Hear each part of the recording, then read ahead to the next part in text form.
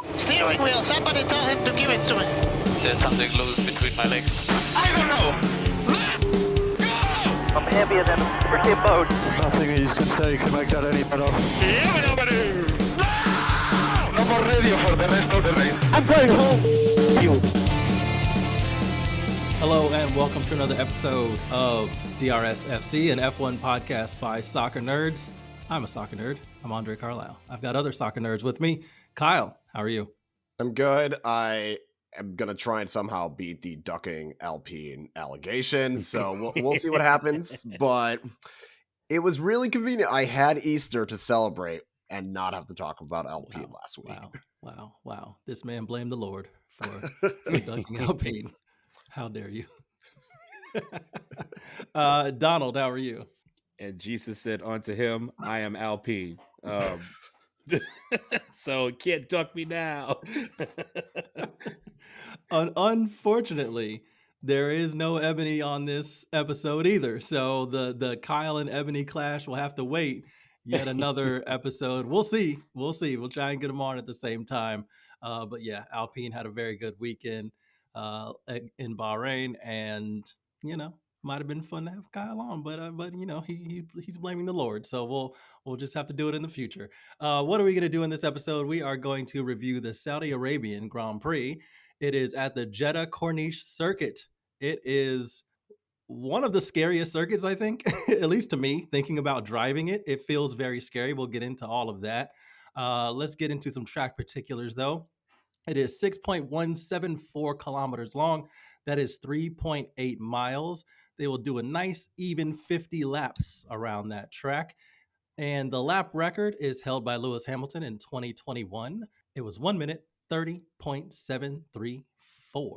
So we've seen lap records tumble. I'm going to assume that record will tumble at some point over this weekend. But Donald, do you want to give us a little bit of history about the track? Yes, the lengthy history of this track goes all the way back to 2021. This track is very, very young. It's one of the youngest ones on the circuit. As you mentioned, it's located on Jeddah's Corniche, which is kind of, usually it means like a road on the ledge. It's like something that overlooks a cliff or overlooks some sort of beach. This is there's no cliff over here, but at least it's along the coastal water area of Jeddah.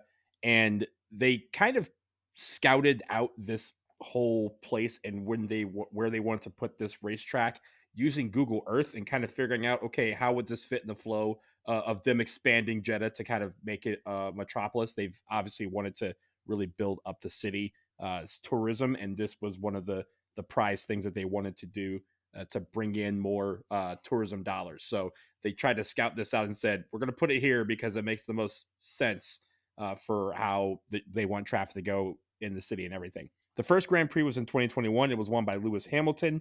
Max Verstappen won in 2022. And Sergio Perez was not in business in 2023. He was taking care of business.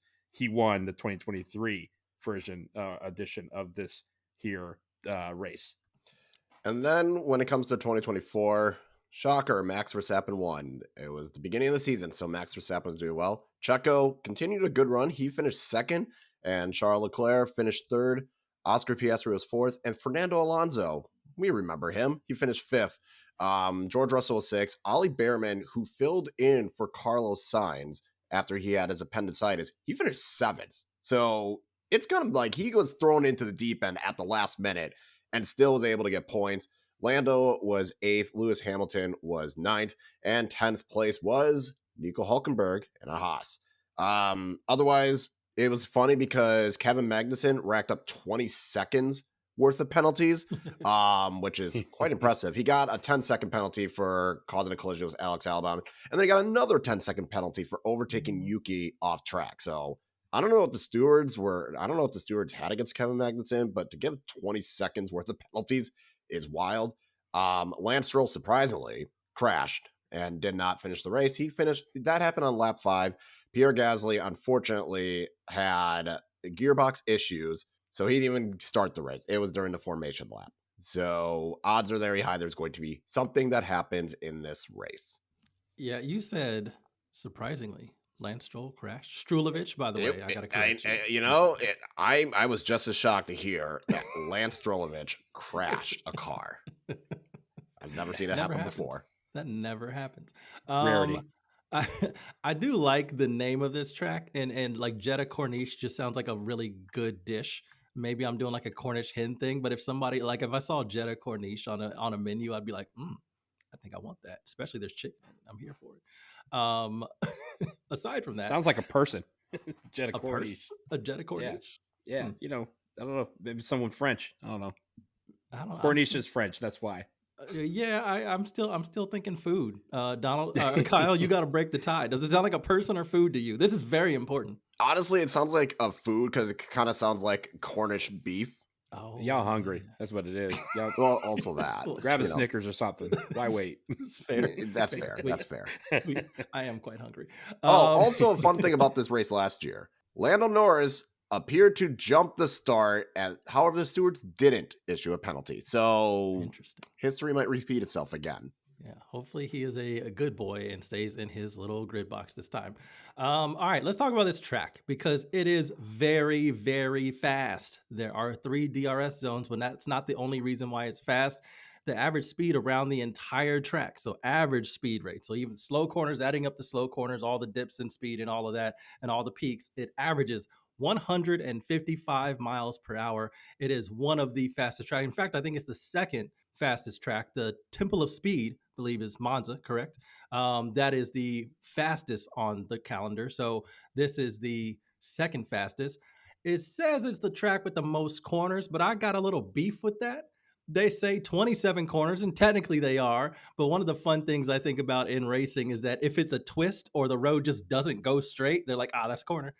So I think if you see the track layout, you'll see a lot of winding bits, but they just kind of swerve a little bit. They don't exactly like turn. We think of like you're doing a left or right turn. You're just kind of swerving in the car. They call it a corner. So 27 corners, whole lot of walls. This track, I think the speed and the walls to me are what make this so fun, but also feels like it's really dangerous to drive. I think I would hate to drive this track myself if I think about it. Like, I'd like to go very fast, but then you make one little mistake and walls are all around you. It's almost like driving through a tunnel. So again, I'm going to kind of jump on my soapbox of how to get familiar with these tracks. Play video games. I'm sorry, just do it. All right, that's it. The technology is very good at simulating the tracks, and you can see driving through these, especially if you do like a in-car view, it is really, really fun. But and it probably feels a lot like a roller coaster of sorts. Maybe one of the ones that feels the most like a roller coaster, especially because there aren't massive turns except for the one at the one at the end, one at the other end to get to the start to the straights. But I love this track. I know some people hate it because street circuits are typically difficult to pass on, but this one always looks kind of cool. Kyle, what are your thoughts about this track? It is one of those where clipping the wall is going to, if you even make contact with that wall, it is game over. I agree with playing video games on F1 Manager. This is always one of those tracks where I was like, I'm either going to get out of here scot-free or there's going to be 2 red flags. And there's no in between. I do enjoy the fact it is like the cars go zoom. Like we're zooming. So I am a fan of it. I would also agree, like, I wouldn't call most of these corners like I think they said like corner 19, and it's like that's not a corner. That is just a slight little dip. You know how in golf, anytime they show off a hole, they're like, all right, hole 13 is 350 yards and par 4, and they have like the like overhead, like very slow, zoom out, and you can kind of see the whole hole and how it would play. F1 needs that for video games, right? They just need someone on the simulator to just like, okay, here's how this track looks like in the eyes of a driver, and they just kind of, not necessarily go through it at 200 miles an hour, but you kind of go through the turns, and so people go, okay, that's a turn 19, very much not, right? Like you can kind of get a visual of what you're looking at here to kind of see how these guys are going to drive it. Having said that, the potential for zoom is high. The potential for red flags might be higher. And I think what worries me about this race is the number of rookies that we have who have not experienced this. And the fact that, again, one small slip up means game over. And this is where the technical driver still got to be technical. They can't slip in this area, because even if they're going fast, if they're going to overtake guys, if they don't do it the right way with the right angle, you will see guys get pushed into walls, and that's going to cause a lot of chaos. There's going to be safety cars, and dare I say, maybe even a restart, because that's how unforgiving this track can be, especially at those high speeds. Yeah, and I think, one of the things that can force a restart as well is where somebody crashes. If there's just no other way for them to get the cars back around and let them loop so they can clean it up, because you mentioned, who was it? Hulkenberg got the penalty last year for taking someone off track. I don't even know where the hell he did that. Right. Oh, that was Magnussen. Yeah. Or was it Hulkenberg? No, it was Magnussen. Oh, Magnussen. My bad. Yeah. Yeah. He just took him on a stroll through town. He's like, oh, I made a right. And I was in the supermarket. Yeah. But yeah, did you want anything while I'm out? Oh, I'm racing. Oh, let me get back on the track. Yeah, that is fascinating. But yeah, I think there's a lot of bad places to go. And again, if you don't play video games, one, I would highly recommend it. But if you don't, I think you can also just go to YouTube, type in, pole laps Jeddah or anything regarding Jeddah and laps, so you can get an onboard camera and just kind of watch. One, it's just very fun to see all the work that the drivers do on the steering wheel and all of that. But also, you just kind of get a sense of how, I think claustrophobic is the word I'm going to go with. Like claustrophobic, because not only is it narrow and very straight, very, very straight, but like when you're going at such high speeds have a tendency to like give you tunnel vision anyway. And so you got like tunnel vision and the walls there, which already kind of simulate a tunnel. So for me, like this track would just be a little bit terrifying, but that's why I'm not an F1 driver. But yeah, I do love the track. I think when somebody executes it well, it looks great. I think the track often looks great. It'll be a night race, so we'll get more of those views, which I always love, these cars under lights. So that will be really fun. But yeah, I am worried about rookies and red flags and restarts and cars in walls as well. Kyle, do you have anything else that you want to say about this track before we get into our things to watch? Nope. It'll be interesting. Yeah. I think that's a good place to transition. All right. It will be interesting. All right, we're going to take a little break and then get into our things to watch.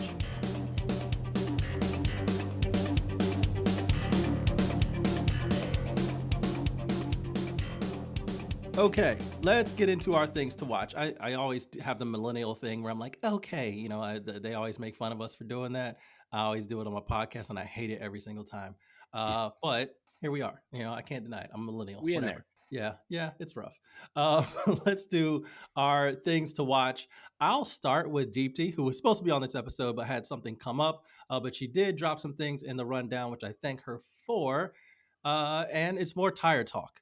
Pirelli is going one step softer with the tires this year, she says, and will we see more two-stop strategies, and how long will the tires last?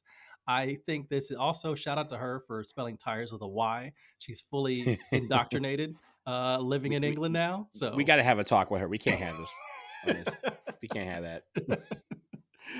She definitely did it. I was like, wow, already.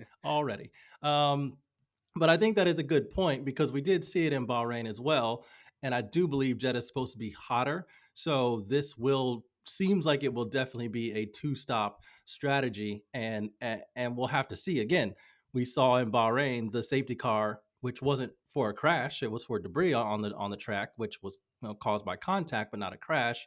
That had an impact on the race. We could have a similar situation. So I think that's a very smart thing to watch. I think it's interesting too, because we talked about in the preseason how the FIA essentially has mandated Monaco be a two-stop race. And I wonder if that's what they are trying to do, because they think that the stops are what kind of create the action. And that might not speak well of all these tracks where they're kind of setting you up for a two-stop strategy instead of a one-stop, and let the drivers kind of do the talking. So I'm interested to see how this works out here. the entry points, if I remember correctly, the entry points from the pit onto the track, that's not wide at all. So we might get some drama there as guys re-enter the field after pitting. But I don't know if I like the approach of bringing the tires that set up a 2-stop strategy. They should be employing tires that will allow guys to finish a race in those tires. We had the pork rind tires from George Russell last week. I don't think that should be the norm. I think that should be the exception. Yeah, I feel like going with the softer compound, I get that they want to create more intrigue with pit stops, but really it just causes more likelihood of crashes because the cars are going to go faster. And with all these rookies and Lance Stroll, you're really chancing it by including more accidents. And I think that's going to be the other part. And it's also, I think the teams learned from Bahrain. Like, if it's going to be softer than what was in Bahrain, they're not going to really look at the mediums. It's going to be, all right, we'll start with hards and then go to softs, or we'll start with softs and ride out hards, and we'll keep a medium just in case there's like an early safety car. Like, I don't think it's going to change in terms of the strategy. I think everyone learned from Bahrain, like, oh, Ferrari were onto something with those mediums and hards. We should probably do the same thing. And I feel like that's going to be the bigger aspect of it. And I think with teams learning, I just don't think it's going to create as much intrigue as it's going to be, all right, yep, the leaders are pitting and eventually they'll get up in front. And unless one of the leaders has a terrible pit stop a la Red Bull last week, I don't think it's going to create that much more intrigue. It's more likely to cause a crash. Yeah, I think when we preview Monaco, we will talk about that mandated 2-stop, because I think that is ridiculous. So we'll talk about that. But I also think, like, there seems to be this struggle between, do you make the tires robust enough to last the majority of an entire race, or do you make them fast? You really can't do both. You have to make compromises. And I think strategy has always kind of been an important part of the sport. And so there are multiple ways to pass cars, and one's on track. I like to see that the most, but that can't always be the only way.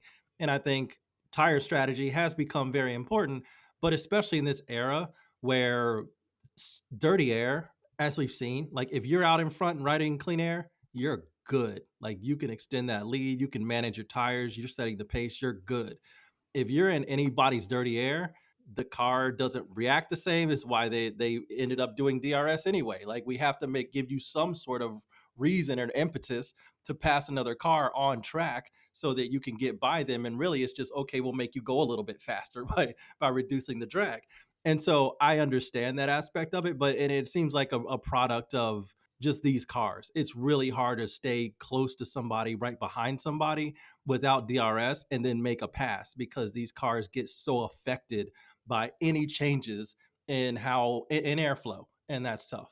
I also think that it's an advantage to the teams that have the most money, because the Kick Saubers of the world, even the Williamses, right? Williams is trying to make that leap, but Williams is probably still on the market of, yo, man, we can't be spending all this money on these tires, right? These tires that are going to get chewed up after 10 laps. Like, give us some tires that'll last most of the race so we can, not spend excess money on bringing excess amount of tire. I mean, I know they have to bring the same set of tires, but like, we're blowing through tires because you're putting us in races where you're bringing soft compound tires, and these tires get chewed up quicker, and we can't use them as used tires in practices or even other races, right? They want to be able to do that and stretch every dollar that they can, and they're not able to because they are, they're wasting a lot of money, they're wasting a lot of energy on these tires, and so I'm sure they're not happy at the sets that they are having to bring to Saudi Arabia. Yeah, and I also think, like, trying to test 3 tires in like race conditions is always hard. Like, we heard it in Bahrain. Teams didn't really want to do the hard tire because nobody tested it in practice. So they had no idea what it would do. And then they put it on cars and it was trash. So, like, that's also unfortunate as well. You do want to set teams up and drivers up in the best possible scenarios, but something that nobody, like, we real time during the race, we were finding out data about really key aspect of cars, which was the tires, which was very, very interesting. And yeah, I think there's probably a better way to do that. And so I do hear what you're saying there. Didn't expect to talk about tires that much off the top, Mhm. but whatever. So thanks, Deepti, for throwing that question out there, or that thing to watch out there. Kyle, what's your thing to watch? Are we going to have 2 new drivers in Aston Martin in 2026? Because Fernando Alonso has not looked good. Lance Stroll has reverted back to what we expected. His points also, we have to remember, he got points because everyone else in front of him just crashed or got penalties. So Aston Martin's struggling. And is that going to be enough for, Fernando Alonso's Fernando Alonso, but at the same time, it's not like he is driving particularly well. So maybe there's going to be 2 new drivers next year. I don't know, but it feels as though this is kind of like the last week Donald and I were like, all right, Alpine, you need to get it together. And I feel like now this week it's like, all right, Aston Martin, you need to do something because your fluke points were nice buffer, but now everyone else is being competent again. I feel like this is what we are worried about before the season with Aston Martin. Like, are they just going to say, all right, basically, are they tanking the season? Like, there's no draft pick, obviously, but like, Adrian Newey, you're working on the 2026 car. We're bringing in Honda for the engine next year as well. Like, it's going to be a completely new car build, top to bottom, engine to car to aerodynamics to everything, all the different specifications for a brand new regulation set. Like, are they just like, we're not putting money into this car? It is what it is. And if so, that sucks for Fernando Alonso. Lance Strulovich might deserve this. I don't think he does well with fast cars anyway, so he might as well have one that's trash. But like, I didn't expect to see it already. This is where I think I'm surprised. I thought we might see a drop off after the summer break, but the fact that they're so bad and like what was it? Alonso on the radio in Bahrain. It was a poor finish, and he was like, "Good job, guys, well done." And I was like, normally that's not a guy that's patting people on the back when he has that kind of race.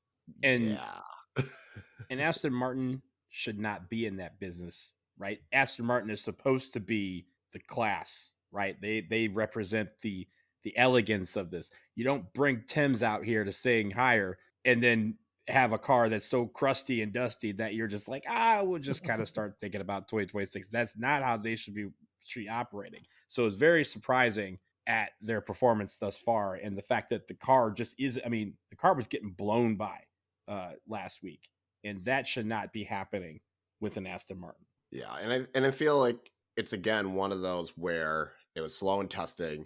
It wasn't really competitive in Australia, but again, Lance Stroll got to where he was because of a lot of car accidents. He somehow kept it on track. Fernando Alonso did not. Next week, Fernando Alonso once again struggles. Even him finishing a race, it's very insignificant, and they're just distant away. Like in Suzuka, Lance Stroll was way behind. He could have just basically drove the safety car and had a better time. So I just don't know what are we expecting. Are we going to see an upgrade? Are they going to bring upgrades? And again, are these upgrades even going to matter?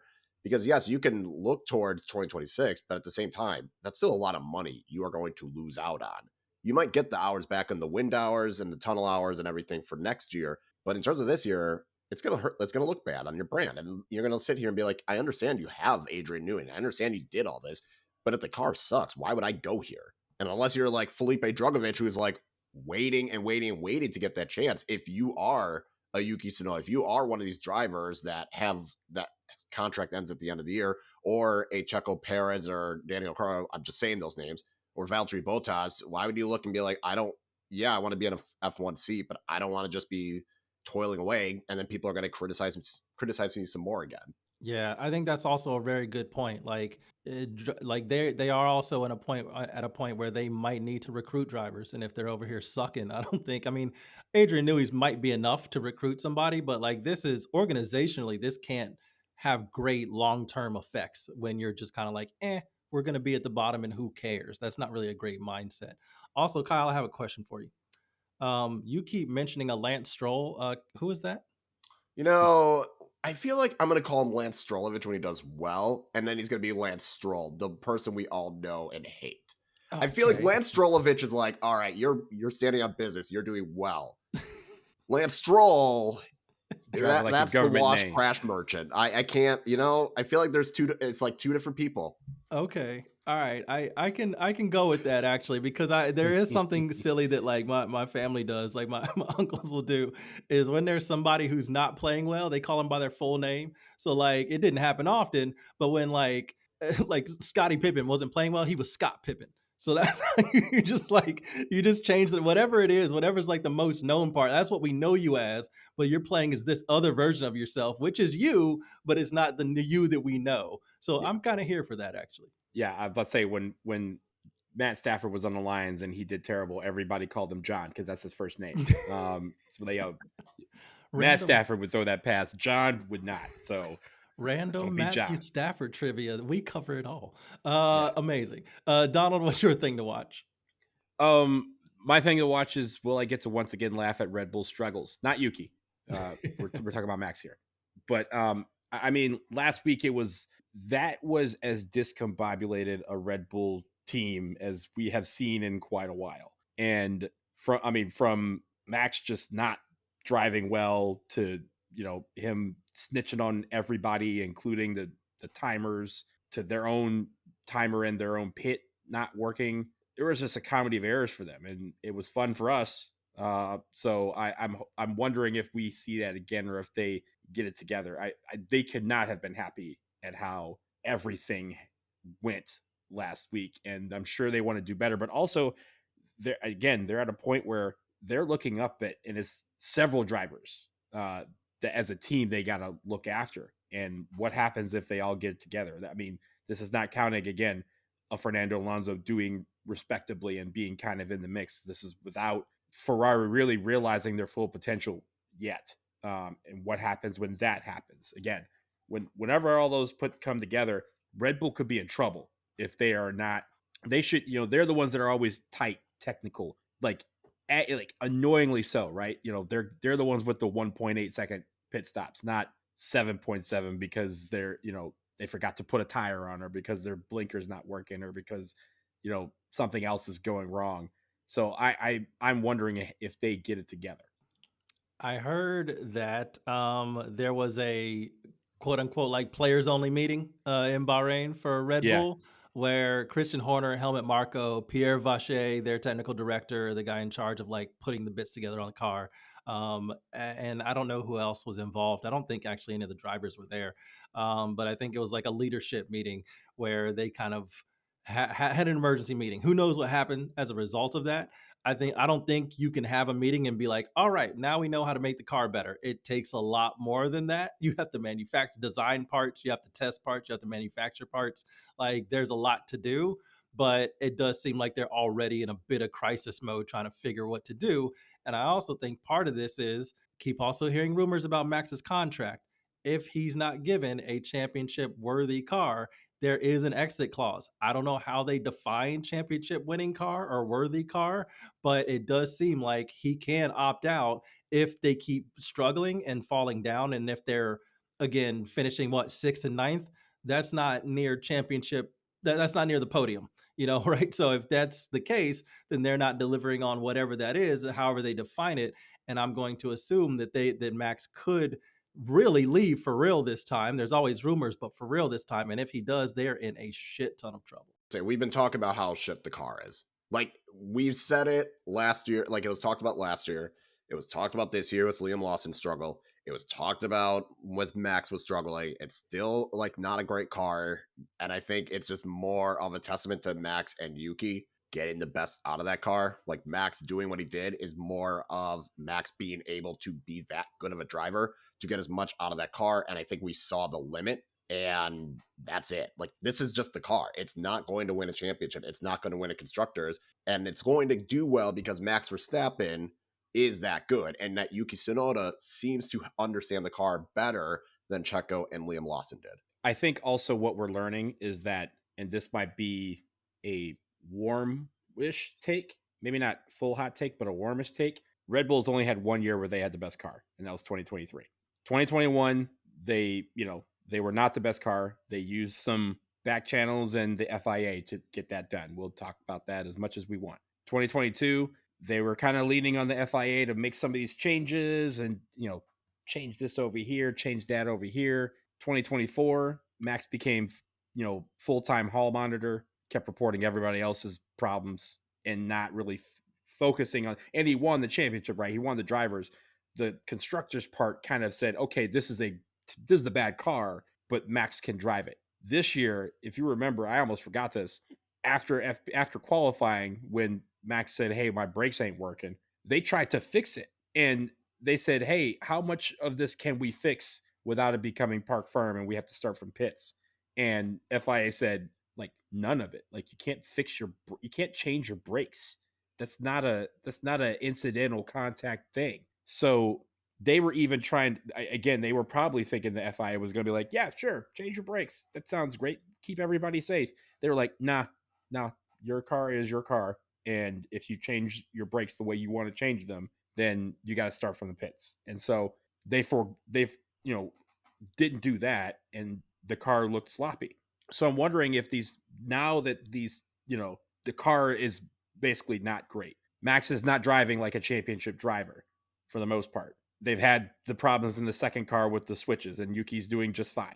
But now the FIA is not bailing them out at every turn. All that is showing me that maybe, just maybe, Red Bull might be on the downfall.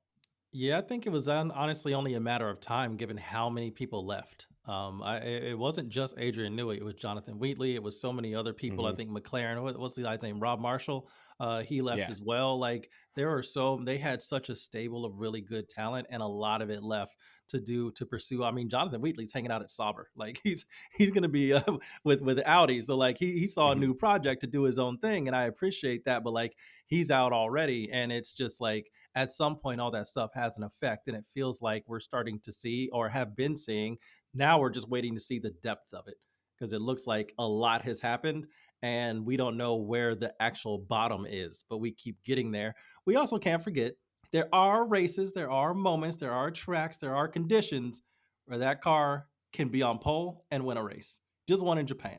So it still can happen, but just not with the regularity that Max needs to win a driver's championship, and not with the regularity where you can also get a second driver up there to help you fight for the constructors. That's the thing that they just haven't had for years. Yeah. All right. Let's stop talking about Red Bull, because I want to talk about Ferrari. To me, they're my team or thing to watch. They brought a new floor to Bahrain. Charles Leclerc seemed like he wasn't sure whether it was the actual floor or whether it was just their strategy that made them look more in contention. I think if you look at how far behind kind of the lead pack he was, and how he wasn't able to keep Lando behind him, maybe he's frustrated by that. Hopefully the floor is doing something, or does do something, but Ferrari really has to like this is not what we expected. When we ended 2024, it was McLaren and Ferrari, and now it's McLaren and George Russell. And that's what we got. Like nobody else is really close, and that's not supposed to be with Leclerc and Lewis Hamilton. And so I'm a little frustrated with Ferrari. Obviously, I want to see what they're going to be able to do. But I also heard an interesting discussion. I'll give them credit. It was on a Lakeside Drive podcast. They're based out of Australia. They have a dude who's from New Zealand on it as well. Anytime Oscar Piastri or any of the Aussie or New Zealand drivers do well, or if they don't, you might want to listen to Lakeside Drive, because it's very entertaining. They're very good, very knowledgeable. I like them. But they made a good point on that podcast where what F1 has now are hybrid engines, and battery power, and then also traditional combustion. And a lot of other teams like Honda, they've been doing that for a lot of their road cars, so they're very familiar with that type of engine build. Mercedes doing the exact same thing. That's why Mercedes supplies so many engines to so many other teams. They've been doing this for a while in a lot of their road cars. What do we know about Ferraris?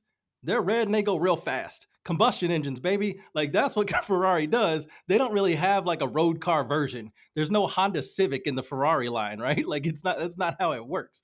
And so they might be struggling with this engine to try and figure. Now, obviously, the cars are also, and we talked about this in Factory Reset when we kind of reviewed what the cars do and how they function. Aerodynamics is like a massive part of them. So some of the engine portion isn't as important as you would maybe think, because the aerodynamics really are that important, but the engine still does play a factor, and they just could be struggling from that standpoint. I don't know for sure, but it seems like we haven't really ever been able to see like any semblance of like historically dominant Ferrari ever since that regulation changed to like the hybrid engine.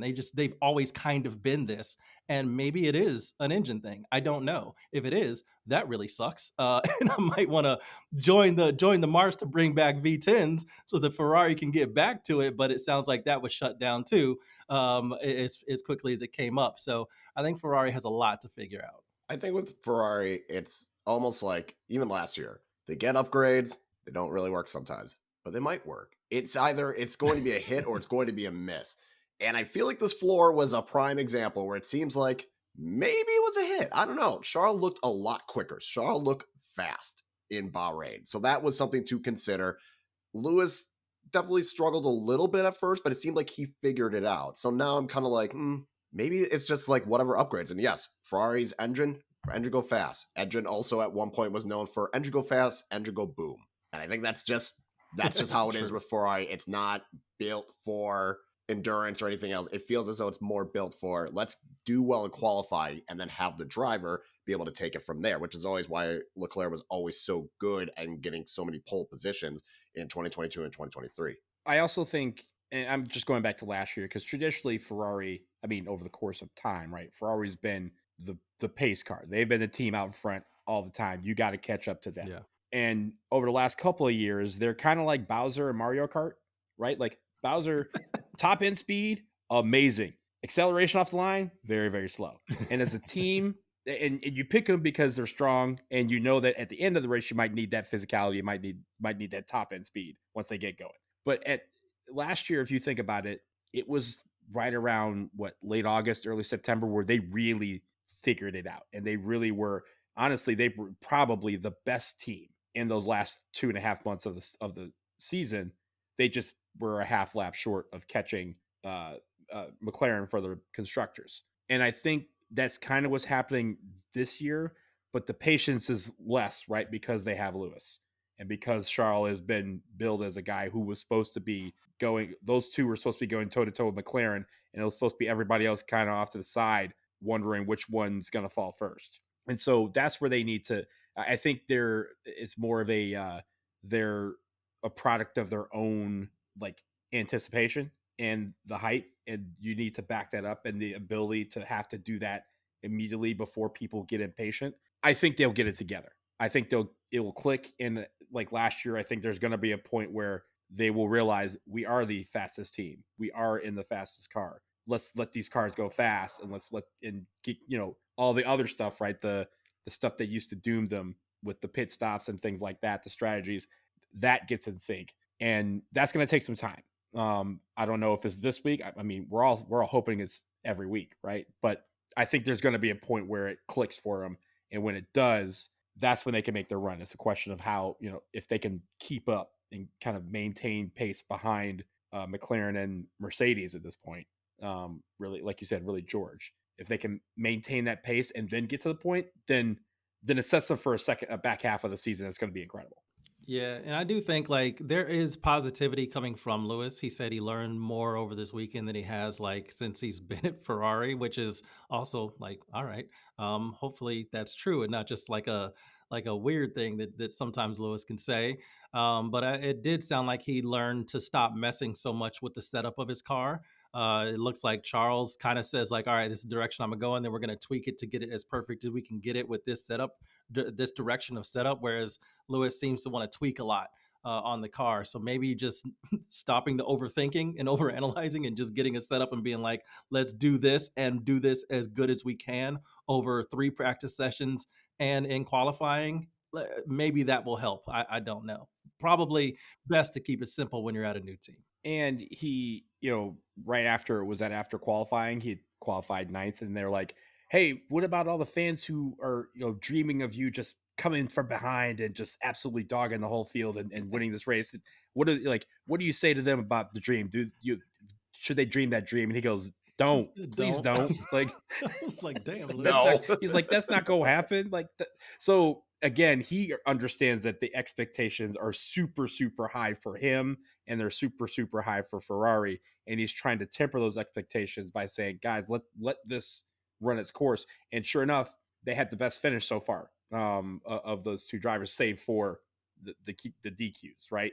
At the same time. But I think that's where he's sitting there kind of saying like, hey, I know the expectations are high, but we gotta keep them at a human level and kind of maintain that until this car turns around. And once this car kicks in, then we can see the results, and then you can start to, increase the hype and the dream.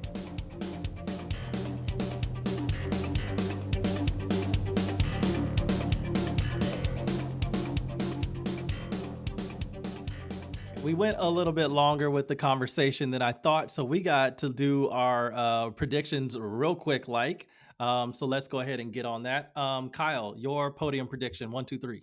I got Charles Leclerc finishing first, Oscar Piastri second, and George Russell, who keeps finding ways to podiums, will do it again. All right. So Ferrari getting it together in your world. I like it. Donald, your podium. I also think they're getting it together. I got Piastri winning again, but I got Leclerc 2 and Lewis 3. Oh, okay. Deepti wrote in here. She has Oscar winning again. That's just natural for Deepti. She loves Oscar Piastri. Lando second and George third. So a very familiar podium. I went with George Russell for the win. This is going to be interesting because last year Mercedes could only really do well in cold weather. It ain't going to be cold, but we'll see. If they fix that, I think there's a good chance for him to battle. I think Piastri will be second. And I'm looking at Kimi Antonelli getting his first podium because, Kyle, you said at the beginning, this track goes vroom, vroom. Who's the driver that just want to go vroom, vroom? It's Kimi. So if he can stay out of the walls, I think he's going to be very fast here. Most points in the constructors. Kyle, who you got? I surprisingly, and I'm gulping, Ferrari. I hear the pain. Donald? I'm not gulping. I got Ferrari. What are we going to do about it, Ferrari? What I need the Michael Irvin speech for Ferrari. That's what I need to do. Every time I see that on the timeline, I'm just like, how are you still What are you prepared to do about it? Just like that man, several heart attacks. I don't understand how he has not had one. Playmaker. I'm going with Mercedes, obviously, by my podium. If we got a first and third, that's going to be really hard to top. So I've got Mercedes, and Deepti has McLaren for the most points. Least points, Kyle? Aston Martin. Donald? I went easy. I went kick. Sauber. Yeah. Deepti has Racing Bull. She says she thinks the car is good for this track, but the drivers won't be able to handle it. So interesting, throwing a little shade there. But I don't disagree. I have Haas, and the main reason is because Haas had an issue where things look good at Bahrain, and then they found out that they have a problem with high-speed corners, which is why they were so bad. Not just the rain, but why they were so bad in Australia. We talked about this track, whole lot of high-speed corners, quote-unquote corners. If the car is still struggling with that, they're going to struggle with that. And it's not really Ali or Esteban's fault. But I think if the car is struggling, that's not going to be a good thing or conducive to anything like that. So let's go to Zoomy and Gloomy Boys. Donald, who's your Zoomy and who's your Gloomy? So for Zoomy, I got Leclerc. I think he's going to have a good week. And for Gloomy Boy, I was looking at all the rookies, to be honest with you, because but at the end of the day, I said Kick Sauber is going to have the worst day, and Gabby Bortoletto, I'm sorry, man, he's set up to be the Gloomy Boy in this situation. Oh, brutal. Kyle, your Zoomy prediction, your Gloomy prediction. I know you just said everything about Haas. Screw it, I'm still saying Esteban Ocon will be the Zoomy Boy. You know what? He's doing well. I'm going to back him. And for Gloomy, I'm going Alex Albon. We can't forget the crash happy Albon that happened last year, and I feel like he's going to want to try too hard to prove himself. So you think he's going to meet a wall or two or three this weekend? You said or three. Let's hope not. Deepti has Ollie Behrman, so she's also feeling Haas. So we got two Haas drivers, both Haas drivers predicted to be Zoomy Boys. That's fascinating. Her Gloomy Boy, Fernando Alonso. So there you go. Nobody's really high on Aston Martin because they've never really given us a reason to be. My Zoomy Boy, I'm going Kimi. If it's going to be his first podium, and if he actually does it, it's going to be great. And so he's definitely going to earn it. So that's easy for me. My Gloomy Boy is Liam Lawson. Main reason, Yuki's picking up points in that Red Bull now. Buddy, it ain't looking good. He was really, really low in the race in Bahrain. Not good. I believe he was 8 seconds away from Hajar. That ain't good. That ain't good. Y'all from got his equal teammate. machinery. Yeah, equal machinery. It should not be that. He said there's some familiar things with that Red Bull car and the Racing Bulls car. Therefore, it seems to be a bit more balanced. You should be able to handle that. It shouldn't be as much of a switch dropping from that team. And you were there last year. So it ain't looking good for Liam Lawson. And I think it's going to continue to not look good. Okay. Let me run you through real quick what to watch and when to watch because we have a full weekend, 3 practice sessions. I will give you a hint, by the way. If you do the math of the time zones, free practice 2 is at the start of the same time of day that qualifying will be and the Grand Prix will be. I'm guessing you're going to see more relevant things in that practice session. So maybe pay attention to that one if you're only going to watch one. But free practice 1 is Friday at 9:25 a.m. on ESPN2 and ESPNU. Free practice 2, the one to watch, is Friday at 12:55 p.m., so 1 p.m., ESPN2 and ESPNU. Free practice 3 is Saturday, 9:25 a.m., ESPN2 and ESPN News.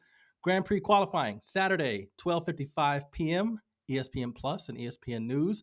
Why qualifying is not on like ESPN2, I don't really understand, but whatever. Like all 3 practice sessions are, but not qualifying. Qualifying is kind of important. Weird decisions, ESPN, whatever.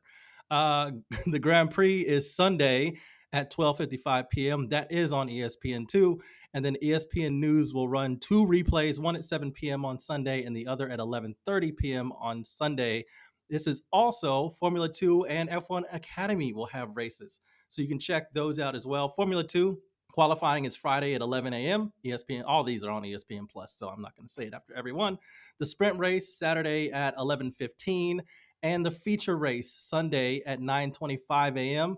F2 and F1 Academy always do a sprint and then a feature race, so that's kind of cool. So you get like a qualifying session, a sprint race, and then a feature race. F1 Academy, I'm going to try and check these out. Friday at 2:30 p.m. is the qualifying session. Sprint race is Saturday at 8:20 a.m. and the feature race is Sunday at 8:05 a.m. So check all of that out if you can. If you got ESPN Plus, no excuses. Watch it all. So for Kyle and Donald, I'm Andre.